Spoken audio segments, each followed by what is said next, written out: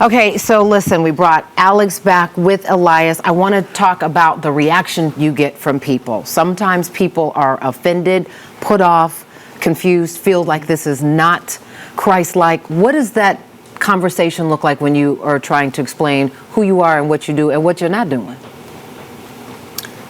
Go ahead. Alixe? Okay, I'm going to go ahead and say that for my community specifically, so for the black community, it's a little bit hard because they have certain protocols in church. They have certain rules in whatever church they go to, and that could be like 15 different churches, 15 different rules, right?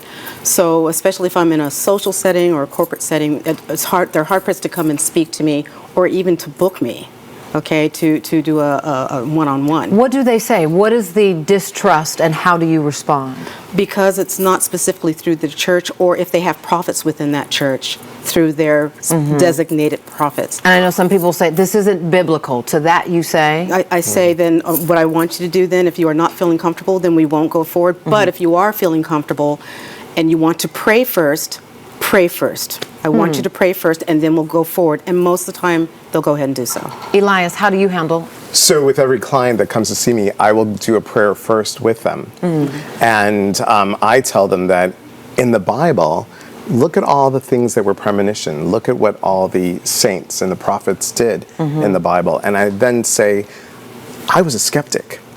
I didn't believe in this 30 years ago, but this saved me from being on antidepressants after my parents died. I appreciate those unique perspectives, and thank you for being just so candid. Listen, we only have just about a minute and a half left, but I know there's some cards. Yes. Just what happens with the cards? Like you look, you feel me, you see me, you Okay. shuffle. What I did is I went ahead and shuffled some cards up first, and then I just pulled them out.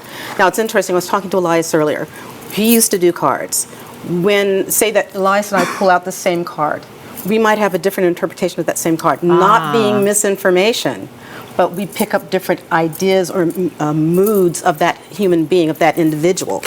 Okay, so when you pick up, and I'm trying to show, we have just a minute left. I see a man sitting next to a cup that somebody is trying to, really should have brought my glasses for this segment.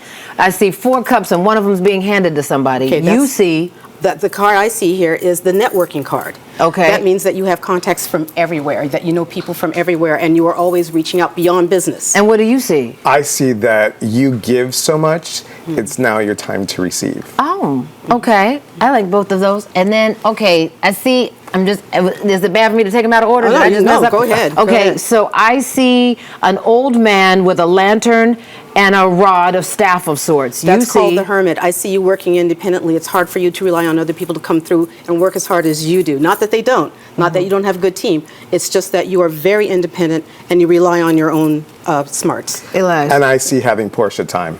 Just taking like the day off and just... That's me just Portia needing day. some time to Just myself. time to yourself. Gosh, I wish we could keep going. All right, listen, this has been so interesting, and I appreciate your perspectives and just being so clear and candid about what this looks like for you. Thank you. Thank you you for so being much, here. Portia. We'll be right back.